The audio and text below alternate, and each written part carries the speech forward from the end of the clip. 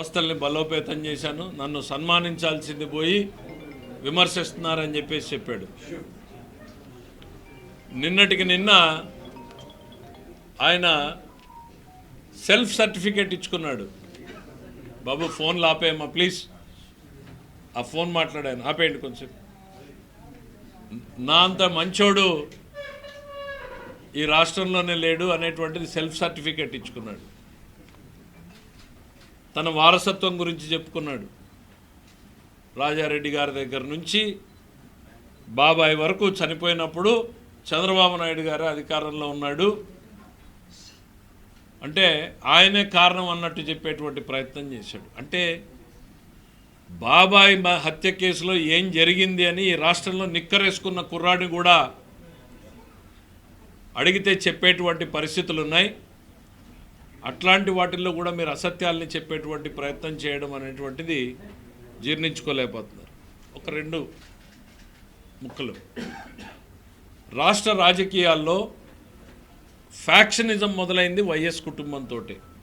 రాజకీయాలు నేరమయమైంది వైఎస్ కుటుంబంతో మొదలయ్యాయి. అంతకుముందు రాయలసీమలో ఫ్యాక్షనిజం ఉంది, ఎప్పుడో టైం ఇమ్మెమోరియల్ చరిత్ర కాలం నుంచి కూడా ఫ్యాక్షనిజం ఉంది. అది కుటుంబాల మధ్యనో వర్గాల మధ్యనో ఆధిపత్య పోరుగానో రకరకాల చారిత్రాత్మక కారణాలతో ఫ్యాక్షనిజం ఉంది. కానీ ఆ ఫ్యాక్షనిజానికి రాజకీయానికి ఎప్పుడూ కూడా జోడించినటువంటి సందర్భాలు లేవు. రాజకీయ నాయకులు ఎవరున్నా కూడా ఫ్యాక్షనిజానికి దూరంగా అదొక లా అండ్ ఆర్డర్ ఇష్యూగానే చూసేటువంటి వాళ్ళు. రాజశేఖర రెడ్డి ఫ్యామిలీ రాజకీయాల్లో మొదలుపెట్టిన తర్వాత రాజారెడ్డి గారు క్షేత్రస్థాయిలో తనకున్నటువంటి రాజ్యాధికారాన్ని అడ్డం పెట్టుకుని ఈ ఫ్యాక్షనిజాన్లో గ్రూపుల్ని ప్రోత్సహించి రాజకీయంగా లొంగదీసుకునేటువంటి ప్రయత్నం మొదలుపెట్టారు. మీకు 2-3 సంఘటనలు చెప్తాను, ఎందుకంటే డీటెయిల్స్ మా రమేష్ గారు ఇంకా బాగా చెప్పగలుగుతారు. పులివెందల్లో 89 గవర్నమెంటు కాంగ్రెస్ గవర్నమెంట్ వచ్చిన తర్వాత ఫస్ట్ తీవ్రమైనటువంటి ఫ్యాక్షనిజానికి తోడ్పాటు ఇవ్వడం మొదలైంది. ఒక్కొక్క గ్రామంలో ఎవరైతే ఆ రోజున ప్రత్యర్థిగా ఉన్నటువంటి బలంగా ఉన్న పార్టీలు ఉన్నారో వాళ్ళని ఏ రకంగా లొంగ తీసుకున్నారు అనేటువంటిది. పార్నపల్లి అనేటువంటి ఒక గ్రామం స్టోరీ చెప్తాం.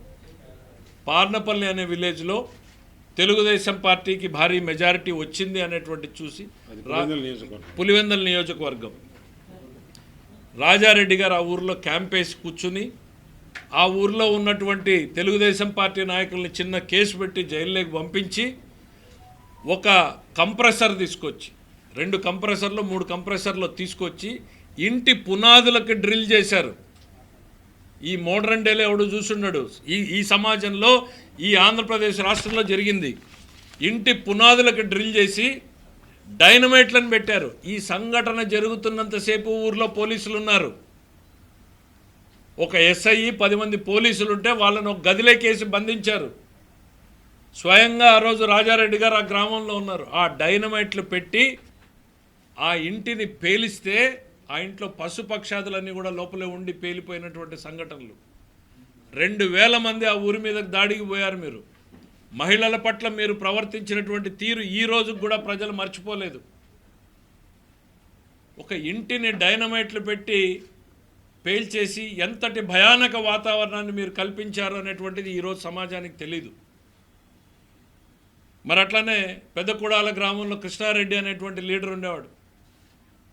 ఆయన వీళ్ళకి బలంగా ఎదురు నుంచున్నాడు అనేటువంటి దాంతో ఒక ఏం చేసినా ఒక పకడ్బందీ స్కెచ్లు వేయడం అనేటువంటిది రాజకీయాల్లో అప్పుడే మొదలైంది. అంటే ఎవరు ఎక్కడ పోలీసుల పాత్ర ఏం చేయాలి, వీళ్ళు ఏం చేయాలి అనేటువంటిదంతా ఆయన సెకండ్ షో సినిమాకి పోయేస్తూ ఉంటే ఆయన మీద ఇక్కడ దాడి జరుగుతుంది.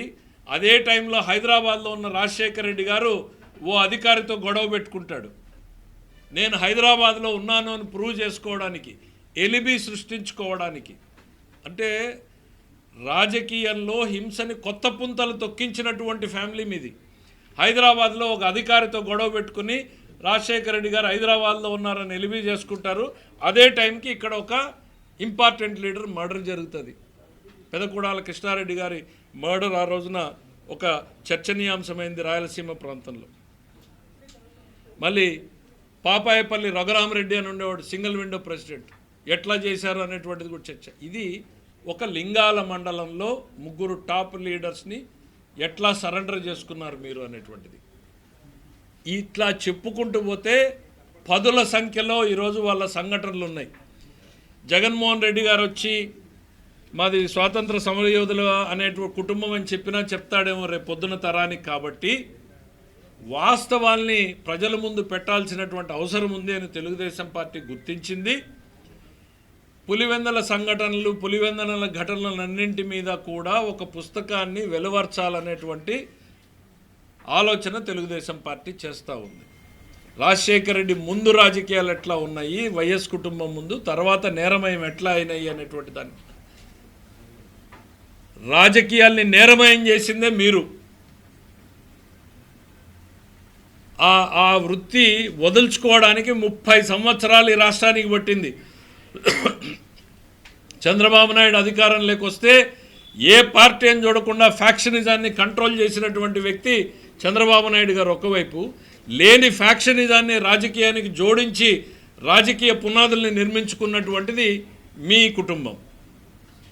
సో ఈ చరిత్ర మొత్తం తెలుసుకోవాల్సినటువంటి పరిస్థితి ఉంది. అట్లాంటి మీకు సెల్ఫ్ సర్టిఫికేట్ ఇచ్చుకుంటున్నారు. నా అంత మంచోడు రాష్ట్రంలో లేరు, నా అంత అమాయకుడు లేడు. మీరు విక్టిమ్ కాదు,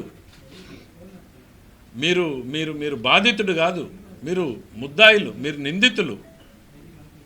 ఈ ప్రజాస్వామ్యంలో మీరు ముద్దాయిలు, నిందితులు, నేరమయ రాజకీయాలకు పునాదులు వేసినటువంటి వ్యక్తులు. మీ నైజం నేరం, మీ రాజకీయం నేరమయం. అది రాజారెడ్డి గారితో ఆగిపోలేదు, మీ దగ్గర కూడా కొనసాగుతూనే ఉంది.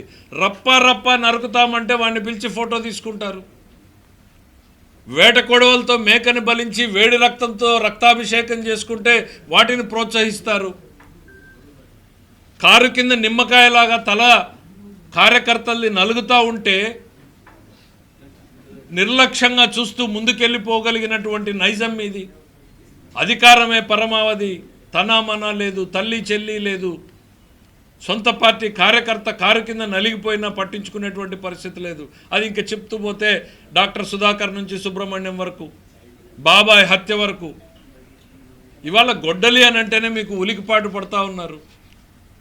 గుండెపోటుకి గొడ్డలిపోటుగా ఈ రాష్ట్రం అర్థం చేసుకోవడానికి ఓ 24 గంటలు పట్టింది. గొడ్డలిపోటును కూడా గుండెపోటుగా చూపించగలరు. ఈరోజు ఇన్ని అకృత్యాలు చేసిన మీరు మేము అమాయకులు అని చెప్పుకోగలరు. మీరు నిజాల్ని ప్రజల ముందుకు చెప్పాల్సినటువంటి బాధ్యత ఉంది. అందుకనే చెప్తున్నాం, గొడ్డలి పార్టీ సమాజానికి హానికరం. గొడ్డలి పార్టీ నెవర్ అగైన్ అని నేను అసెంబ్లీలో చెప్పాను. నేను మొదటి బడ్జెట్లో చెప్పాను గొడ్డలి పార్టీ సమాజానికి హానికరం అని. మొన్న రెండో బడ్జెట్లో చెప్పాను గొడ్డలి పార్టీ నెవర్ అగైన్ అని. ఎందుకు అనంటే ఒక తరం నష్టపోయింది, రెండో తరం నష్టపోతుంది. ప్రపంచంలో శరవేగంగా మార్పులు వస్తూ ఉంటే అందిపుచ్చుకునేలాగా యువకుల్ని తయారు చేయాల్సినటువంటి బాధ్యత ఈ రాజకీయ వ్యవస్థ మీద ఉంది. మీరేం చేశారు? చంద్రబాబు నాయుడు ఒక తరానికి ఉపాధి కల్పించేటువంటి సాఫ్ట్వేర్ మీకు ఇష్టమున్నా లేకపోయినా, మీ తండ్రి గారు ఏం మాట్లాడారో నేనున్నాను ఆ రోజు. ఆయన ఇంటర్నెట్ గురించి ఎన్ని జోకులు వేశారో విన్నారు. ఆ ఇంటర్నెట్టే ఈరోజు మన పిల్లలకు ఉద్యోగ ఉపాధి అవకాశాలు ఇచ్చింది. ఈరోజు మీకు ఏ రాజకీయంలో మీరు బెంగళూరు నుంచి వస్తే ఈ చంద్రబాబు నాయుడు గారు తపనబడి ఇన్ని లక్షల ఉద్యోగాల కల్పనకి దాదాపు 800 కంపెనీలు ఇవాళ గ్రౌండ్ చేయబోతున్నాం. వివిధ దశల్లో ఉన్నాయి. నువ్వేం చేసావు? గొడ్డలి వేటేసావు పరిశ్రమ రంగం మీద.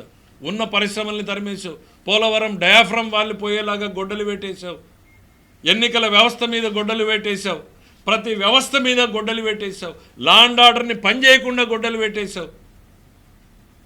అలాంటి గొడ్డలి గురించి మాట్లాడుతూ ఉంటే మీరు ఖచ్చితంగా ముమ్మాటికి గొడ్డలి పార్టీనే. ఈ రాష్ట్రంలో ప్రతి కుటుంబం కూడా దీన్ని గుర్తుపెట్టుకోవాల్సినటువంటి పరిస్థితులు ఉన్నాయి. 5 ఏళ్ల క్రితం మనం ఎంత భయానకమైనటువంటి వాతావరణం ఈ రాష్ట్రంలో ఉంది. ఈరోజు నేరుగా ప్రభుత్వాన్ని కూడా ప్రశ్నించే స్థాయిలో ప్రజలు ఉన్నారు. That is the democracy we are living in today. మీరు భయం అచ్చెన్న గారు అరెస్టు దగ్గర నుంచి చంద్రబాబు నాయుడు గారు అరెస్టు వరకు జరిగినటువంటి సంఘటనలు ఒక్కసారి చూస్తే, శుక్రవారం వచ్చిందంటే ఏ నాయకుడు అరెస్టు, శుక్రవారం వచ్చిందంటే ఏ పొక్లైన్లు ఏ ఇంటి మీద పడి ఎవడి ఇంటిని కూలుస్తారో తెలీదు. అదే పొక్లైన్లను మీరు కూల్చడానికి వాడితే అదే పొక్లైన్లు రాష్ట్రాన్ని నిర్మించడానికి ఈరోజు చంద్రబాబు నాయుడు వాడుతున్నాడు. ఇదే రమేష్ గారి పార్లమెంటు కాన్స్టిట్యున్సీలో వెళ్ళి ఆర్సలర్ మిట్టల్ దగ్గర చూడండి ఎన్ని వందల పొక్లైన్లు పనిచేస్తూ ఉన్నాయో. నిర్మించడానికి మేము వాడితే ప్రజావేదిక దగ్గర నుంచి ఇళ్ళు కూల్చడానికి మీరు పొక్లైన్లు వాడినటువంటి సంస్కృతి మీద ప్రజలు ఇవన్నీ కూడా మర్చిపోలేదు. నేరం మీ నైజం, నేరమయ రాజకీయాల్ని మొదలుపెట్టిందే ఈ రాష్ట్రంలో మీరు, మీ కుటుంబం అనేటువంటిది గుర్తు చేస్తున్నారు. దాన్ని ఇవాల్టికి పెంచి ప్రోత్సహిస్తున్నారు. ఒకవేళ ఒక తరం చేసి ఉండొచ్చు, మీకు సంబంధం లేకపోతే ఈరోజు మేము మాట్లాడం, కానీ మీరు కూడా ఆ నేరమయ రాజకీయాల్ని ప్రోత్సహిస్తున్నారు. పోలీసు వ్యవస్థని కంట్రోల్ చేసేటువంటి ప్రయత్నం చేశారు, అధికారంలో ఉన్నప్పుడు బెదిరింపులు చేశారు. నేరమయం చేస్తున్నటువంటి ఈరోజు కార్యకర్తల్ని పెంచి పోషిస్తూ ఉన్నారు.